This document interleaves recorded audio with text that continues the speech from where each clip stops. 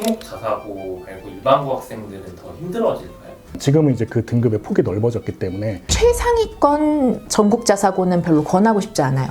안 됩니다. 큰일 납니다. 정말 위험합니다. 노베이스야. 중학교 졸업한 시점에 그때부터 발동이 걸려. 한 1, 2년 사이 안으로 결과를 낼 수 있느냐. 결과적으로는 지금 스카이 중에 하나의 학교를 갔습니다. 고등학교를 어떻게 선택을 해야 될지 중학교 2학년 때부터 시작해도 늦지는 않습니다. 그 어느 일반고도 1등급 보장? 이건 어려운 거예요. 일반고가 없다고 생각을 하셔야 돼요.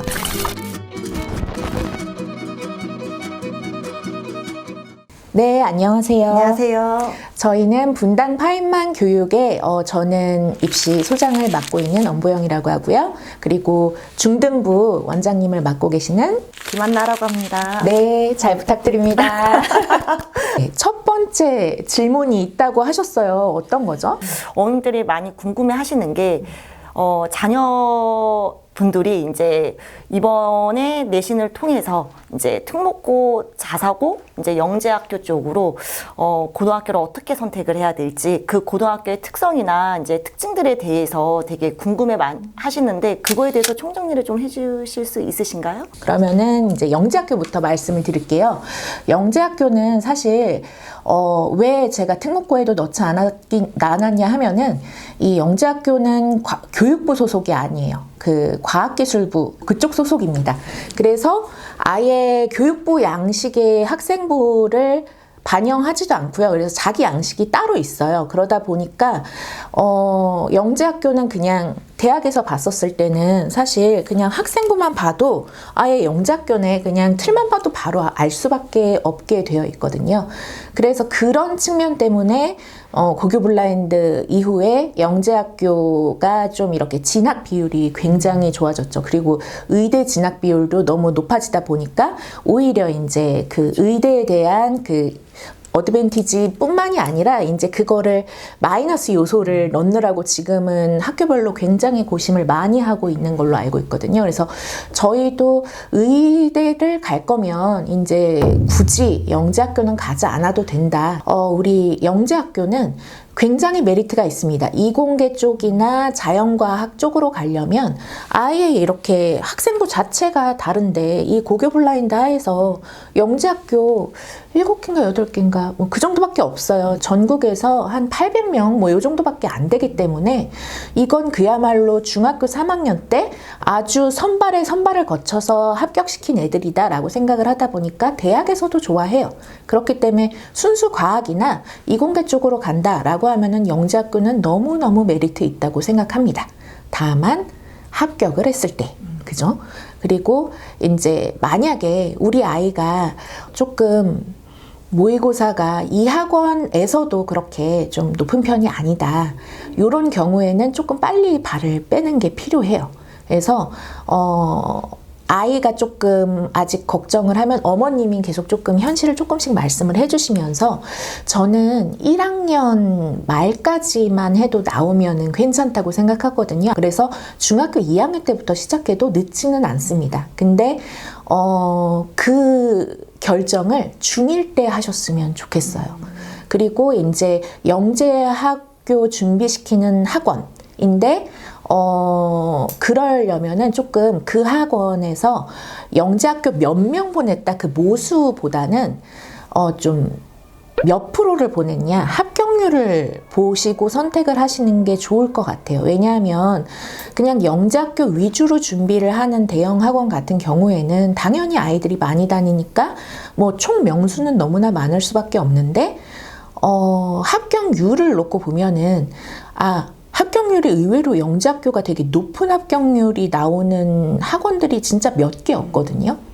합격률이 높다는 얘기는 결국은 할 만한 애들을 주로 준비를 시킨다는 얘기예요. 그리고 조금 이제 영재학교 외에 다른 분야의 특목고 자사고의 그런 그 합격생 비율도 높은 학원, 그런 대형 학원이면 더 좋을 것 같아요. 얘기하다 보니까 저희 학원인데 네, 의도한 건 아니고 저는 제가 논리적으로 그렇게 생각합니다. 입시 전문가로서. 그리고 이제 특목고로 넘어가자면요. 과학고는요. 지금 약간 과학고가 이번에 새로 지정된 학교도 있어서 조금 과학고 개수가 예전보다는 조금 늘어날 것 같아요. 중학교 2학년이 과학고 들어갈 시점에는 좀 늘어날 것 같아서 좀 더 나은 편인데, 현재 버전으로 과학고에 진학을 원한다라고 하는 경우에 많은 친구들이 오해를 하는 게, 나는 수학, 과학은 내신이 A인데 다른 거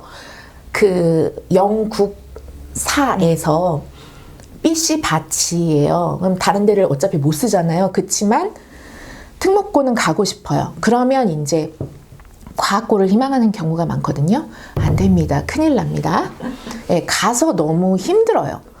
그래서 과학고는 일단 제가 커리부터 말씀을 드릴게요. 과학고는 고등학교 1학년까지 수학, 과학의 고등커리 어지간한 거 다 나간다고 생각하시면 돼요. 1년 동안. 남들은 3년 동안 나가는 거를 1년 동안 다 나간다. 그러면 중학교 때 조금 더 앞선 공부들을 하는 것도 중요하지만, 그거를 더 뛰어넘어서 1년 동안 내가 이 많은 양의 공부를 내신으로 소화를 시킬 수 있는 충분한 소화 역량이 되어 있는 상태냐, 이것도 정말 중요합니다.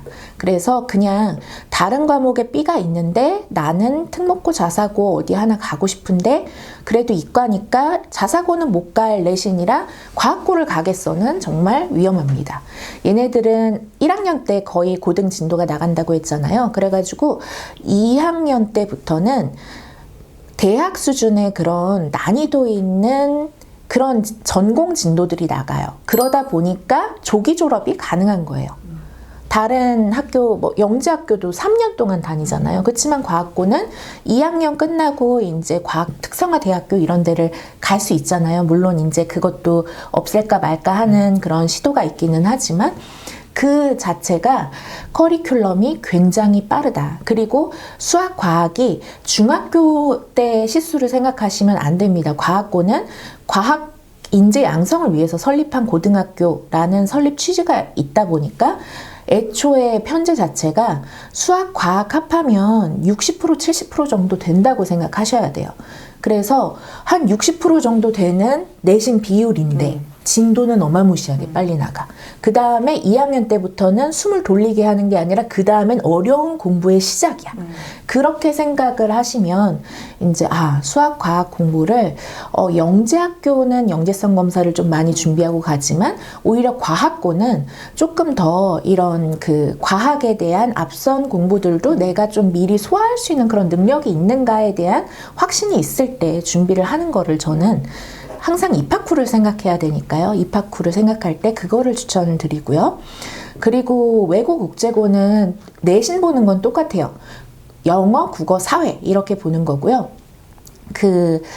사실 감점이 있는 거는 이 국제고, 이 외고가 2대1이 넘는 경쟁률이다 라고 한다면 국어, 사회가 그때 쓰입니다. 그 전에는 이제 2대1이 안 된다 라고 하면은 사실은 영어 점수로만 그 4학기 올 A면 만점, 그리고 하나 B면은 그게 몇 학년인지에 따라서 이제 감점이 다른 거예요. 그래서 영어에만 감점이 있는 거고요. 그러면은 국어 사회 본다는데 그건 뭐를 보냐? 2대1이 넘어갈 때 영어는 올 A가 2대1에 걸리는 애들이 다 올 A예요. 그러면 그 다음에는 이 2대1을 많이 넘어가지 않게 하기 위해서 동점자를 갈아야 되겠죠. 그래가지고 여기 2대1이 딱 넘어가는 애의 내신이 2학년 때 국어 하나가 B였다 라고 하면은 똑같이 2학년 때 국어 하나가 B인 친구들까지만 이제 2대1이 좀 넘어가더라도 한꺼번에 올라가는 거예요. 그래서 2대1이 안 되는 상황에서는 사실상 이제 국어 사회는 괜찮지만 그렇다고 가서 여러분, 국제고는 사회 전문 교과군이 엄청 많은 거 알죠? 그래서 사회 전문 교과군 위주로 깔아서 국제고라는 특수 목적으로 설립된 학교인데 사회가 삐씨삐씨인데 가면 되겠습니까? 그래서 항상 갈 때를 고민을 해주세요. 그리고 영어만 잘한다. 외국에서 오래 살다 와서 국어 문해력 또 잘 안 되는데 영어만 잘하는 친구들 있잖아요. 그런 친구들은 아예 이제 좀 해외대를 좀 목표로 하는 그런 외고 국제고를 가면 모를까. 그냥 일반 외고 국제고는 대부분 국내 대학 위주로 조금 커리가 돌아가기 때문에 어렵습니다. 왜냐하면은 얘네들 다 완전 문과 쪽에 되게 특화되어 있는 친구들이 들어오는 거잖아요. 그래서 중학교 때 내가 애들 다 모여 있는 데서도 국어를 잘 못 봤는데 얘네들 사이에서 국어 잘 볼 수 있을까? 이런 거 같이 좀 고민을 해야 돼요. 이런 특수 상황을 빼놓고서는 그냥 우리 아이가 문과를 갈 것 같아.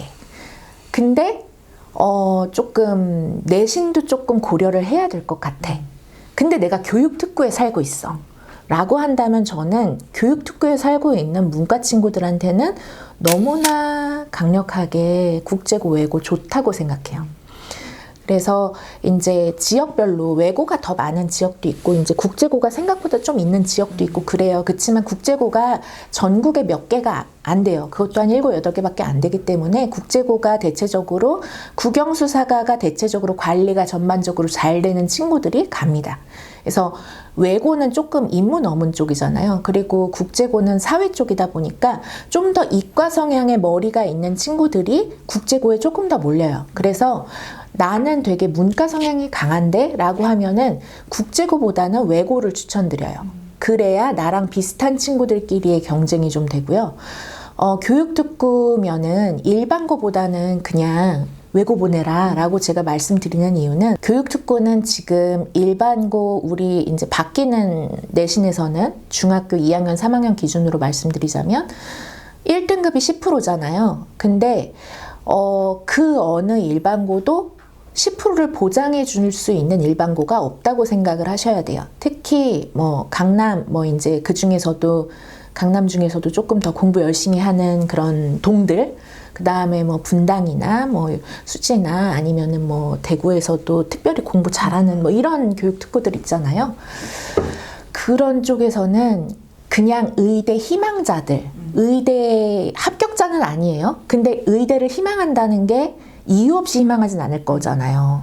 근거가 있겠죠. 그렇죠. 내가 공부를 잘했고 이과도 잘할 자신이 있고 그런 친구들이 갈 거기 때문에 이런 애들이 10%는 들어간 상황에서 일단 수능이 문과 수학으로 그냥 전체 픽스가 돼버렸기 때문에 수학은 전체 경쟁이에요. 모든 교과 전체 경쟁. 내가 들을 모든 수학은 다 경쟁이다. 그걸 누구랑 경쟁한다? 1등급을 차지할 그 10% 애들하고는 경쟁한다. 그러면은 교육특구에서 일반고에서 1등급 보장? 이건 어려운 거예요. 그 중에서도 이제 문과에서 내가 수학을 충분히 수학 머리가 좋은 친구들이 잘 볼 수도 있지만 의대 희망자랑 내가 이제 맞대응을 해가지고 전승을 거둘 수 있는 정도로 잘하느냐, 요건 조금 생각해 볼 문제라고 생각을 하고요. 과학에서도 일단 통합과학은 무조건 들을 거잖아요. 그래서 통합과학이나 뭐 이제 관련해가지고 약간 과학융합 선택이나 이런 것들 다 의대 희망자들하고 동시에 할 그 승부를 걸 생각을 하면 저는 그냥 문과만 있는 곳에서 승부를 보는 게 낫지 않나라는 생각이 듭니다. 근데 여기에 전제 조건은 영어가 안 되면 안 되겠죠. 국제고나 외고나.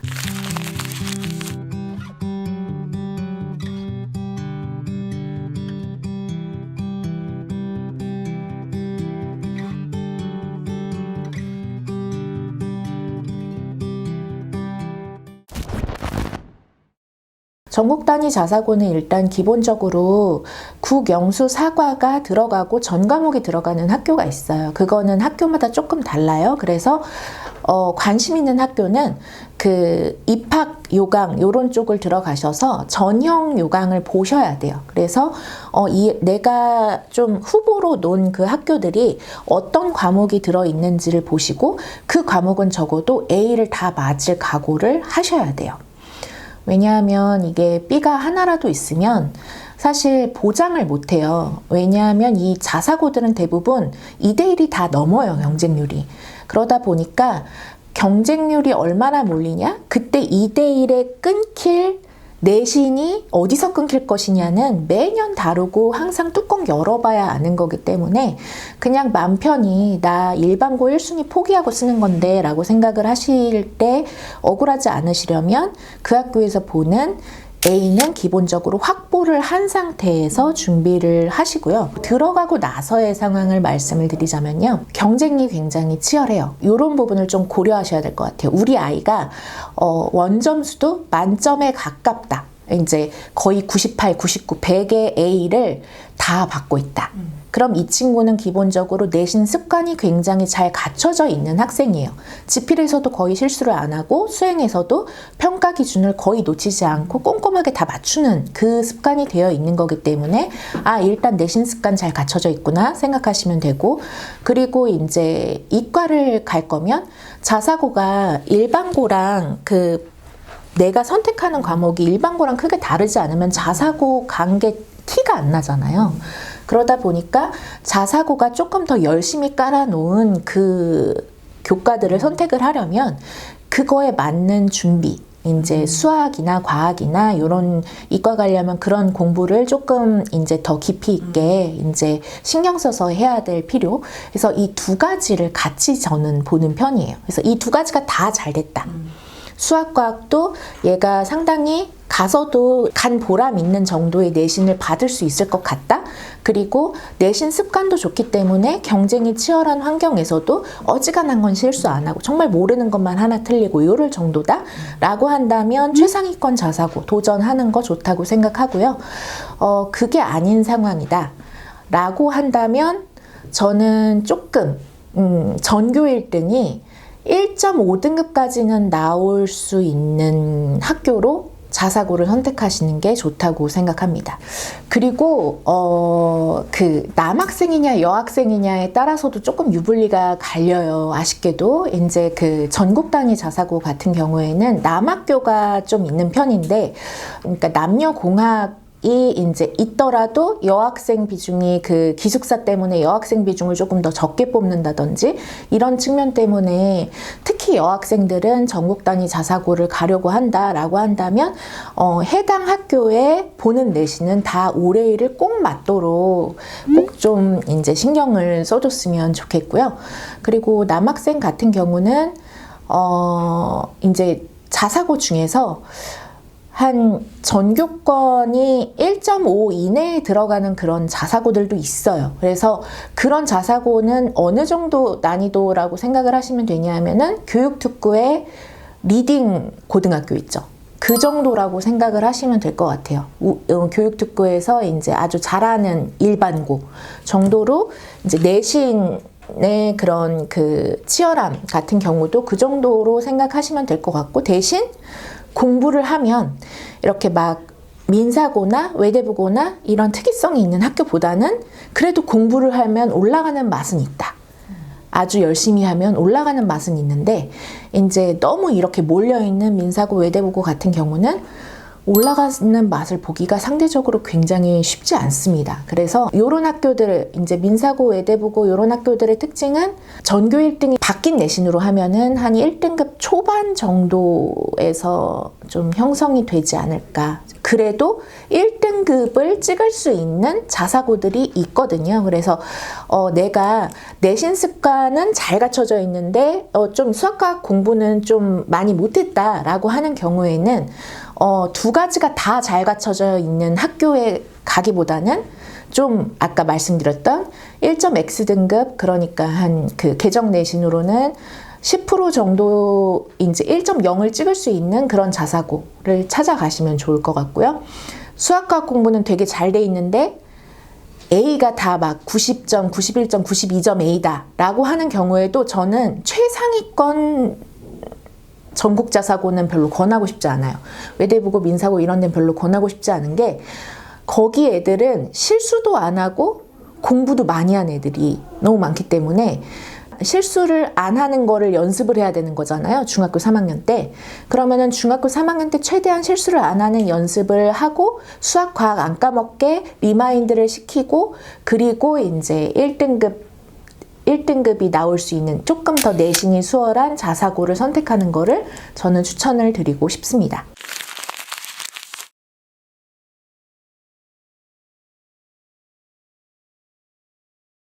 학생이 이제 영재학교, 특목고, 자사고 이 중에서 내가 어디로 가나요 하고 이제 마인드맵처럼 이렇게 퍼져 있는 거, 분포도로 이렇게 하나하나 가는 거를 말씀을 카테고라이즈를 조금 더 간단하게 말씀을 드리자면, 영재성 검사가 준비가 안 됐는데 2학년 겨울방학 때 갑자기 영재학교 잘하는 애들 보니까 다 영재학교 준비하네. 나도 수학과학 잘하는데 해볼래. 안 돼요. 네, 그런 친구들은 아주 소수예요. 그러니까 2학년 겨울방학 때부터 시작해서 되는 친구들이 있기는 해요. 근데 정말 소수예요. 애초에 수학, 과학에 대한 공부 그릇도 크고 충분한 학습량도 되어 있는 상태에서 영재성 검사라는 툴을 익숙하게 만들어가지고 거의 한 6개월에서 8개월 정도 공부해서 합격하는 거 불가능한 일은 아닌데 거진 불가능하다고 봐야 됩니다. 그래서 영재성 검사 준비 안 했는데 영재학교 간다? 안 되고요. 그리고 수학, 과학을 내가 정말 관심 있어가지고 고등과정까지 내가 스스로 공부를 막 한번 쫙 해봤다. 이런 친구 아니고 그냥 내가 국어, 영어, 사회에 B가 있는데 수학, 과학은 잘해서 과학고 한번 써보고 싶다. 근데 이제 조금 그냥 내신 잘 나오고 수학과학 공부를 더 막 깊이 있게 해보진 않았다. 이런 친구들은 추천하지 않습니다. 그러니까 과학고는 수학, 과학을 고등과정까지 자기가 쭉 한번 공부를 해본 친구들이어야 그 커리를 따라갈 수 있어요. 커리큘럼이 1학년 때 고등과정을 다 끝내는 커리이기 때문에. 그래서 그런 거. 그리고 그러면 아까 그 영재학교 이거 안 돼요? 과학고 이거 안 돼요? 라고 했었던 친구들, 그럼 어디 가요 우리는? 라고 한다면 이과다. 근데 이제 내신은 내가 얼추 다 A를 받았다 라고 한다면 이제 자사고에서 이과 쪽으로 가거나, 내신이 안 되어 있다 라고 한다면 일반고에서 이과에서 잘할 준비를 해야죠. 남는 시간 동안. 그러려면은 일반고에서도 교육특구 사는 친구들 같은 경우는 내신도 굉장히 치열하고 그렇기 때문에 내신 습관도 이제 100점에 가깝게 맞는 내신 습관으로 계속 끌어올려 줘야 되는 거고요. 지금 B를 받았다? 어휴, 큰일 났네. 왜 B를 받은 거지? 왜 이렇게 많이 깎인 거지? 라고 생각을 하고 그거를 90점 초반, 그 다음엔 90점 중반, 그 다음에는 뭐 90점 후반, 이런 식으로 계속 레벨업을 시켜줘야 되고요. 그리고 이과를 갈 거니까 내가 하고 싶은 그런 전공이랑 관련된 수학, 과학 공부도 추가로 더 해야 돼요. 그래야 일반고에서 내신을 안정적으로 따면서 비교과 활동도 할 수 있는 그런 여유가 생깁니다. 그리고 문과다라고 하는 경우에는요, 교육특구 산다 라고 하면은 어차피 일반고 가도 1등급을 보장받을 수 없으니까 외고나 국제고를 추천한다. 그 중에 국영수 사과가 고루고루 다 A고 이과 머리도 좀 있다 라고 한다면 국제고, 문과 성향이 짙다 라고 한다면 외고. 그런데 국제고랑 외고는 영어가 안 된다면은 그냥 내신 A는 받았는데 그냥 내가 생각할 때 와, 저기 저렇게 외국어 실수 많은데 가가지고 내가 영어로 이렇게 좀 자유롭게 공부를 할 수 있는 영어 실력이 안 된다면 그냥 일반고를 가야 되는 게 맞고요. 그렇게 생각할 수 있을 것 같아요. 그리고 이제 좀 지방권이다 라고 한다면 저는 오히려 지금 중학교 때 지방에 있는 일반고 가도 돼요. 굉장히 좋은 메리트가 뭐냐면은 부동의 1등급을 받을 수 있는 가능성이 교육특구보다 훨씬 높다. 그러려면 뭐가 되어야 하냐면은 일단 아까 말씀드린 내신 습관을 키우자. 그 다음에 그래서 만점에 가까운 A를 받는 연습을 중학교 때 하고, 그 다음에 내가 대학에 갈 때 필요한 과목들, 그 수능부터 해서 탑다운 방식으로 내려와서 그럼 난 수학은 어디까지 공부를 해야 되는 거지? 고3 기준으로. 그러면은 이제 지금은 어디까지 하는 게 그게 좀 연습이 되는 거지? 라는 거를 로드맵을 짜가지고 공부를 미리 한다면, 그래서 지방 일반고에 가가지고 1등 1.0 부동의 1.0을 찍고 그러면은 그 지방 일반고도 당연히 선생님들이 1등급 학생들이 우리 학교에서 가장 이제 좀 밀어주면은 잘 갈 수 있는 학생들이기 때문에 너무나 밀어주세요. 그래서 그럴 때 이제 내신도 챙기면서 수능도 이제 봐야 되니까 수능도 어느 정도 챙길 수 있으면서 비교과까지 챙길 그런 여유가 있으려면 내가 중학교 때 내신 습관도 기르고 공부할 학습량도 채워놨어야 한다라고 말씀을 드릴 수 있겠습니다.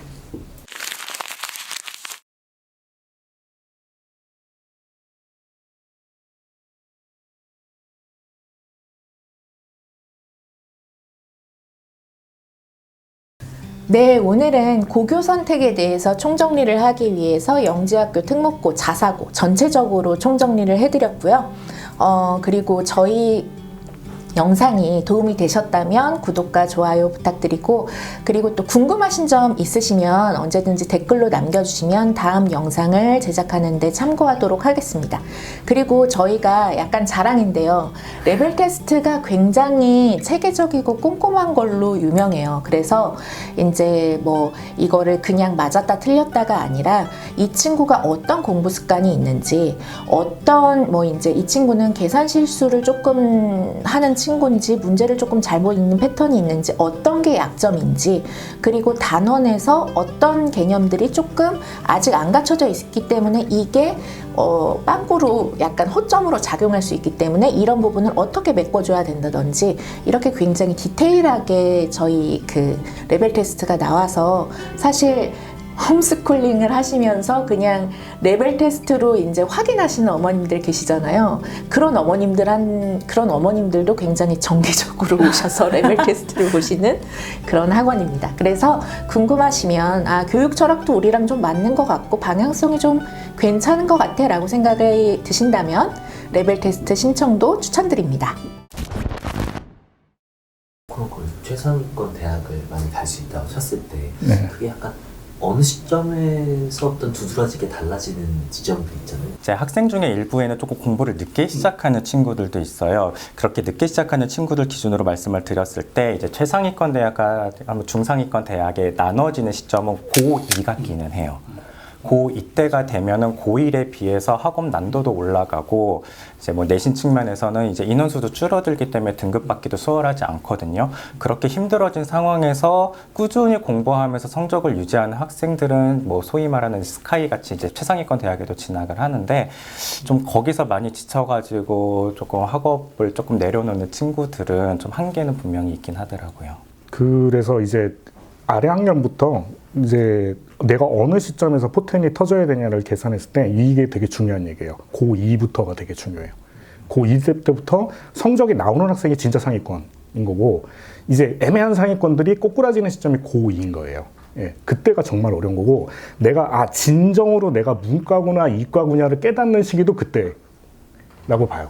그러니까 그때까지는 문과인데 이과라고 생각하는 학생들이 되게 많거든요. 근데 고2부터 이제 과학 과목이 본격적으로 들어오고 이렇게 됐을 때 처음엔 내가 정말로 이과도 관심 많고 나는 정말 다 이거라고 생각을 했는데 고2 넘어가서부터 보면서부터 내가 이쪽 계열이 아니었구나 라고 생각하는 이제 진정한 이제 진검승부를 하는 시점이 그때라고 보고 있기 때문에, 결과적으로 이전에 있던 공부나 학업 습관에 대한 기준이 요때에 맞춰져 고2부터 이후라고 맞춰져 있어야지만이 된다라고 저는 생각을 해요. 네, 결국에. 그리고 떨어져도 그때부터 떨어지고.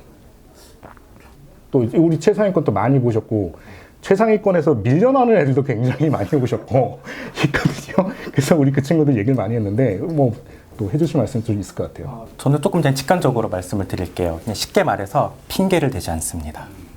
최상위권 학생들과 이제 그냥 중위권 정도 학생들의 차이점이 뭐냐면, 중위권 학생들은 어떤 성적이 나왔을 때 잘 나오지 않았을 때 좀 핑계가 많아요. 이번에 문제는 이런 유형이기 때문에 저와 맞지 않았어요 라던가, 이 모의고사가 좀 평가원스럽게 나왔어야 되는데 뭐 사설스럽게 나와서 수능 유형과 맞지 않았어요 라던가, 선생님이 너무 지엽적으로 문제를 냈습니다. 그렇기 때문에 저는 이 내용을 다 알고 있으나 풀지 못했습니다 라는 식으로 각양각색의 핑계가 나오는데, 최상위권 학생들은 그런 핑계를 대지 않습니다.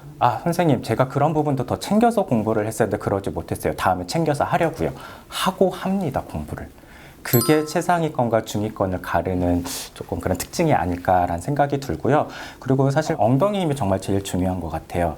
제가 봤던 이제 서울대 의대를 갔던 학생 중에 하나는 조금 집에 안 좋은 일이 있어가지고 정신적으로 많이 힘든 상황에서도 울면서 공부하더라고요. 네, 울면서 공부하는, 그렇게라도 공부를 하는 것들이 이제 최상위권 학생들에서 이제 종종 볼 수 있는 특징이라고 볼 수 있을 것 같습니다. 최상위권 학생들이 미션이 있으면 얘들도 다 힘들어요. 뭔가 공부에 재능이 있어. 그러면 힘들지 않게 한다고 생각하는 경우가 많거든요.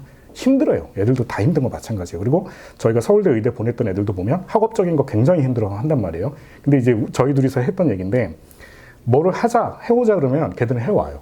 힘들다고 하는데 울면서 해와요. 근데 아래 그 학생들 있잖아요. 안 해와요. 힘들다고 그냥 하고 안 해와요. 그 차이 굉장히 큰 부분도 있다고 보고, 그 다음에 또 학습적인 부분에서 이제 덧붙이자면, 학업이라는 게 배운 것도 있고 익혀야 되는 게 있다라고 얘기를 하잖아요. 이해를 한 게 있으면 숙지를 하고 확인하는 단계까지 다 있어야 돼요. 이게 다 갖춰져야지 최상위권인데, 그게 아닌 학생들은 이 중에 뭔가 하나가 비어 있어요. 뒷단이 비어 있거나, 아니면 제일 애매한 등급 애들은 이해한 게 없고 그냥 숙제만 했다든가, 아니면은 좀 진짜 더 이제 약간 상위권 애매한 애들은 뭐냐면 약간 머리 좀 괜찮은 애들이 있어요. 이해만 해. 그리고 넘어가. 이 애들이 제일, 제가 볼 때 그 학생들 상담할 때 니네처럼 애매한 재능이 있는 애들이 인생에서 제일 곤란하다고 제가 꼭 얘기를 해주거든요. 뒷단에 그게 없는 거예요. 그럼 이제 위로 못 올라가는 건 거죠. 이런 식의 학습에서 뒷단, 그 관계, 그 단계를 정확히 다 뒷단까지 밟느냐, 이게 또 중요한 부분도 있다고 봅니다.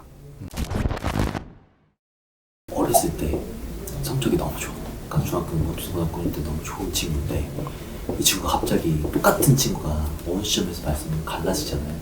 그게 어느 시점인지, 그 갈라진 이유는 뭐 때문인 것 같은지. 좀 쉽게 말씀을 드리자면, 중학교랑 고등학교는 공부 방법이 달라져야 돼요. 그러니까 사실은 솔직히 말씀드리면 중학교 때는 학교 수업 조금 성실히 듣고 학원을 그냥 다니기만 해도 사실 조금 뭐 90점 후반대의 높은 점수를 충분히 받을 수 있는 그런 수준의 이제 시험이 나오는데, 고등학교는 단순히 학교 수업을 듣고 학원을 다닌다고만 해서는 높은 점수를 받을 수가 없어요.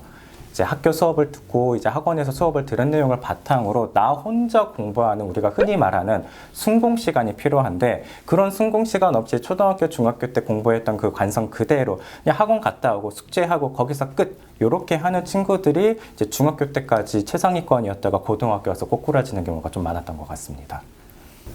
만약에 중학교 때 최하위권 성적이에요. 이 친구가 이제 공부해야 마음 잡았어요. 인정을 할 수 있습니까? 가능할까요? 사실 제 주변 아주 가까운 친척분이 중학교 때 이제 ABC로 했을 때 D2가 도배된 친구가 있었어요. 그러니까 소위 말하는 어떻게 보면 하위권 학생일 수가 있는데, 그 친구는 중학교 때 공부를 많이 열심히 안 했던 학생이에요. 그래서 중3 2학기 때부터 공부를 시작을 했는데, 결과적으로는 지금 스카이 중에 하나의 학교를 갔습니다. 그러니까 만약에 공부를 안 해서 하위권이다, 그럼 그 학생의 그 공부 역량 아직 모르는 거잖아요. 그럼 학생의 학위에 따라서는, 그리고 주변에서 이끌어주는 정도에 따라서는 충분히 최상위권 학교 갈 수 있다고 저는 생각합니다. 근데 이제 괜찮은데 노베이스야. 근데 어느 때부터 발동이 걸려야 이제 그 시점이 되냐. 중학교 졸업한 시점에 그때부터 발동이 걸려. 그럼 얘가 고등학교 졸업할 때나 한 1, 2년 사이 안으로 퍼포먼스, 그러니까 결과를 낼 수 있느냐. 그 정도 시기면 되냐. 그거는 가능하다는 거죠. 그 정도 시기면. 그것까지는 일단 그런 사례는 꽤 있다는 건 거죠. 여기서 봤을 때. 일단 그 친구는 수시로 이제 대학을 진학하는 걸 목표로 삼았어요. 그러니까 물론 이제 학부모님들이라던가 저는 이 친구는 정시로 갈 수밖에 없는 상황이란 걸 알고 있었으나, 이제 고1 때부터 정시 이야기를 하면은 이 친구가 고1, 고2 때 열심히 학업을 하지 않을 것 같다라는 생각이 들었기 때문에 너는 수시로 가야 된다라고 계속 주지시키면서 학업 계획이라든가 목표를 크게 잡지 않았어요. 당장 눈앞에 있는 중간고사에서 몇 점 받자, 몇 등급 받자, 이런 식으로 고3 1학기까지 끌고 왔고요. 실질적으로 고3 1학기까지 수시를 놓지 않게끔 지도하면서 내신을 계속 챙기게끔 만들었어요. 그렇게 해서 공부 습관이 없던 학생이 이제 고등학교 한 3학년 1학기까지 공부 습관을 들이게 만들었고요. 그래서 이제 고3 2학기 때는 이제 수능 위주로 공부를 시켜가지고 좋은 대학을 갔습니다. 다만 이 친구가 좀 어쨌든 공부를 좀 늦게 시작한 거잖아요. 그래서 아무래도 이제 초등학교 고학년이라던가 중학교 때부터 공부를 시작했던 학생들에 비해서 좀 늦을 수밖에 없었어요. 그래서 고3 현역 때는 사실 스카이까지는 아니고 그거보다 조금 아래 대학을 진학을 했었고요. 그 이후에 한 번 더 해보겠다고 해서 열심히 노력한 결과 올해 이제 스카이 진학을 했습니다. 와 진짜 이 친구 재능이 너무 있는데 갑자기 고2 때 다 나버리는 경우 부모님과의 마찰 이런 것들 좀 궁금해하실 것 같아요. 회복 탄력성 자체가 높은 친구면 그런 게 조금 있어도 별로 상관이 없는 친구들이 있어요. 막 못 봤어, 뭐 잔소리 들었어, 막 좌절감을 느꼈어. 이런 게 타고난 게 큰 친구들도 있고 작은 친구들도 있어요. 거기 자기 이제 그 사이즈에 따라서 판단해야 되는 부분이 있고, 그 다음에 사람이라는 게 성취가 계속 안 생기면 결국에 번아웃이 오거나 놓을 수밖에 없어요. 그게 뭐냐면 해도 안 되네. 그러니까 쌓이면 이것도 굉장히 큰 문제인 거예요. 그래서 만약에 내가 그런 것도 있어요. 학교 선정이나 이런 걸 할 때 그 학교를 가면 분위기가 좋아요. 그래서 공부를 잘 할 것 같아서 보내요. 인 건데 그게 이제 되려면 내가 갔을 때 성적이 잘 나오거나 아니면 안 나와도 내가 상관이 없거나 뭐 이런 게 있어야 돼요. 근데 그런 학교를 보냈을 때 고려하셔야 될 부분 중 하나가 뭐냐면 그 분위기에 타서 내가 열심히 할 수도 있지만 학생들이 내가 공부를 했는데 공부를 해도 5등급이야. 근데 안 해도 5등급이야. 이런 경우 비일비재하거든요. 그러면 그 학교를 몇 년을 다녔을 때 이 학생이 느끼는 건 뭐냐면 아, 나는 해도 안 되는구나. 이런 상황들, 학교뿐만 아니라 공부에서도 마찬가지인 거예요. 무리한 단계에서 뭔가 학습을 함으로 인해서 이 친구들이 아, 나는 해도 안 되는구나 라고 느끼는 거는 되게 심각한 것 같아요. 제가 봤을 때 중간에 논 친구들은 이런 식의 무기력함이 되게 많았던 거예요. 해도 안 돼요. 근데 이제 이 친구들이 보면 자기 수준에 비해서 너무 높은 레벨들이 많았던 거예요. 저는 항상 제가 얘기하는 게 초중등이나 고등에서 좀 전략을 다르게 생각하시라는 게 초중등까지는 사실 성장이라는 게 목표를 해서 끌어올려야 되는 게 있는데 고등부터는 사실 이거 가지고 대학을 가잖아요. 그래서 고등은 조금 전략이라든가 성과를 낼 수 있는 방향으로 좀 생각하시는 것도 좀 필요하다라고 보고는 있어요. 성장하는 게 환경이 그렇게 쉽지는 않을 수 있어요. 진짜 학생 입장에서는 그래요. 왜냐하면 당장 내가 성적 받는 걸로 뭔가 이게 기록이 되고 이걸로 뭐 대학에 연결이 되고 성적이 어떤 애들 일희일비 할 수밖에 없는 때기 때문에 막연하게 네가 가서 어떻게 성장할 수 있어 라고 가기에는 고등은 조금 위험할 수도 있다 라고 생각이 듭니다.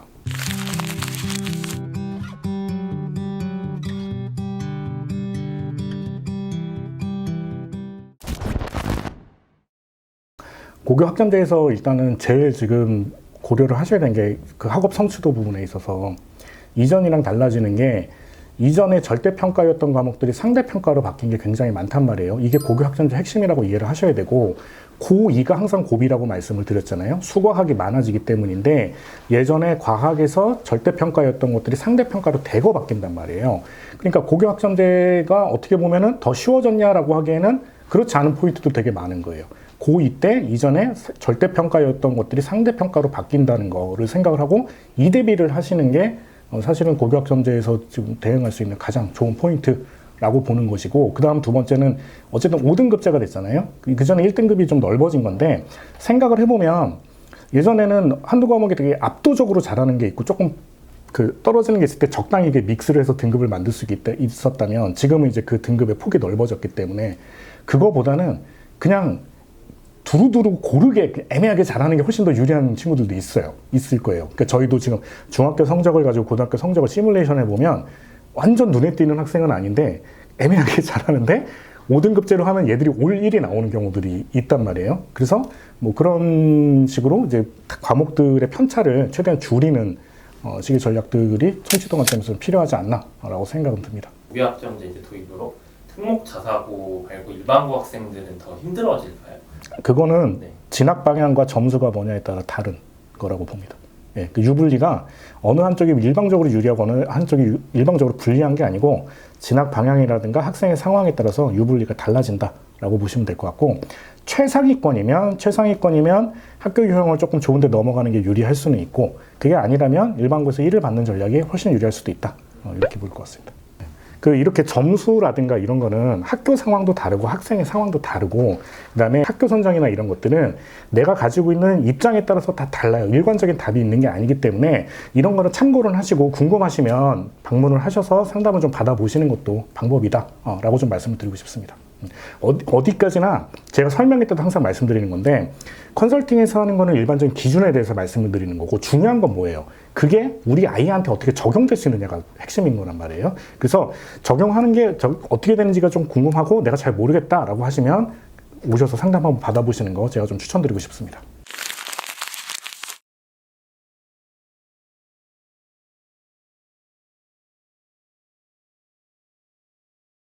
갑자기 초등학교 고학년 했다. 한 가지만 할 수 있다. 상위권 대학을 위해서 뭘 할 건지. 네. 이게 좀 현실성 없는 이야기일 수는 있는데 만약에 저라면은 조금 분야 가리지 않고 책을 좀 많이 읽을 것 같아요. 그러니까 왜냐하면은 이제 실제적으로 이제 고2, 고3 학생들이 어려움을 겪는 부분 중에 뭐가 있냐면 국어라던가 영어 과목에서 문해력이 부족으로 뭔가 문제 푸는 시간이 부족하다던가 잘못된 답을 도출한다던가 이런 경우가 많았거든요. 근데 이제 문해력이라는 건 사실 단시간에 기룰 수 있는 게 아니라 글밥을 통해서 많은 글을 읽어서 기룰 수 있는 거기 때문에 상대적으로 좀 시간이 여유가 있는 초등, 중등 때 좀 책을 많이 읽어놓지 않을까 싶습니다. 초중 때 책 많이 읽으셨어요? 사실 저는 소설 위주로 읽기는 했어요. 좋네. 사실 무협지 많이 읽고 테마록이라던가 드래곤 라자 같은 약간 판타지 소설도 조금 일단 악플이 한번 달릴 뻔 했거든요. 근데 이게 저는 그 생각은 있어요. 현실적으로 예를 들면 독서라는 건 사실 중요하다는 생각은 하거든요. 저희 때는 좀 공백이 많았어요. 초등 때 저희는 학원 다니는 분위기가 아니었고 진짜 저도 중등 때는 가리지 않고 책을 좀 많이 읽었던 기억은 저도 있어서 공감은 하는데 그 독서라는 게 중요하다고 했을 때 진짜 학부모님들 입장에서는 독서를 뭐 어떻게 시키자는 거야. 이런 게 좀 고민될 것 같기는 해요. 어떤 좀 현실적인 팁이라든가 있을까요? 그런 게? 사실 요즘 아이들이 학원도 많이 다니고 학교 일정도 바쁘기 때문에 따로 시간을 내서 책을 읽는 거는 조금 어려울 수는 있어요. 그래서 만약에 따로 시간을 내서 뭔가 규칙적인 독서를 하기 어렵다라고 한다면은 고등학교 이제 모의고사 지문 있잖아요. 국어라던가 영어라던가. 자, 그런 국어 문제, 영어 문제를 푸는 게 아니라 거기에 있는 글을 조금 반복적으로 읽히는 것도 문해력 향상에는 실질적으로 도움이 된다고 생각합니다. 요게 저는 중요하다고 생각을 하는데 우리가 이제 여기서 말하는 독서는 이분도 그렇고 저도 그렇고 우리는 그냥 과제로 읽은 게 아니고 내가 이 책을 그냥 읽고 싶어서 읽었던 경우가 많단 말이에요. 그럼 읽으면서 줄거리가 어떻게 됐을까? 이게 무슨 얘기인가? 이런 거를 생각을 하면서 사실 읽고 그 과정을 통해서 사실 문해력이 향상이 된 부분들이 있어요. 그러니까 이게 무슨 얘기지? 왜 앞이랑 안 이어지지? 이렇게 좀 이렇게 자기가 능동적으로 이런 생각을 해가면서 사실 읽은 건데 그냥 학생들한테 과제처럼 독서를 읽어라 하면 아무 의식 없이 그냥 책만 페이지만 이게 펼친다든가 줄거리만 그냥 따온다든가 이래서 사실 독서의 효과가 없는 경우가 있어요. 독서의 효과가 있으려면 그러니까 문해력을 기른다는 거는 이걸 읽었을 때 이 부분이 무슨 내용이냐라는 걸 확인을 하고 계속 자기가 수정해 나가는 가운데서 사실 길러지는 거란 말이에요. 그래서 본인이 재밌어서 책을 읽는 거면 그 과정에서 자연스럽게 올라오는데 그게 아니고 이제 과제처럼 독서를 부여해야 되는 상황이면 너 이 시간부터 이 시간까지 책 읽어. 이렇게 됐을 때는 효과가 전혀 없을 수도 있어요. 본인이 그런 식으로 능동적으로 읽지는 않기 때문에. 그래서 그거를 보완할 수 있는 방법 중에 하나가 비문학 지문을 읽어보라는 거예요. 왜냐하면 그거는 읽었을 때 이해하는 바가 뭐냐 같은 걸 이제 묻잖아요. 그러니까 본인들이 요게 틀렸구나, 요게 맞구나 이런 식으로 좀 길러보시는 것도 방법이지 않나. 좀 현실적으로 그런 것도 좀 대안이 되지 않을까라고 생각을 합니다. 저도.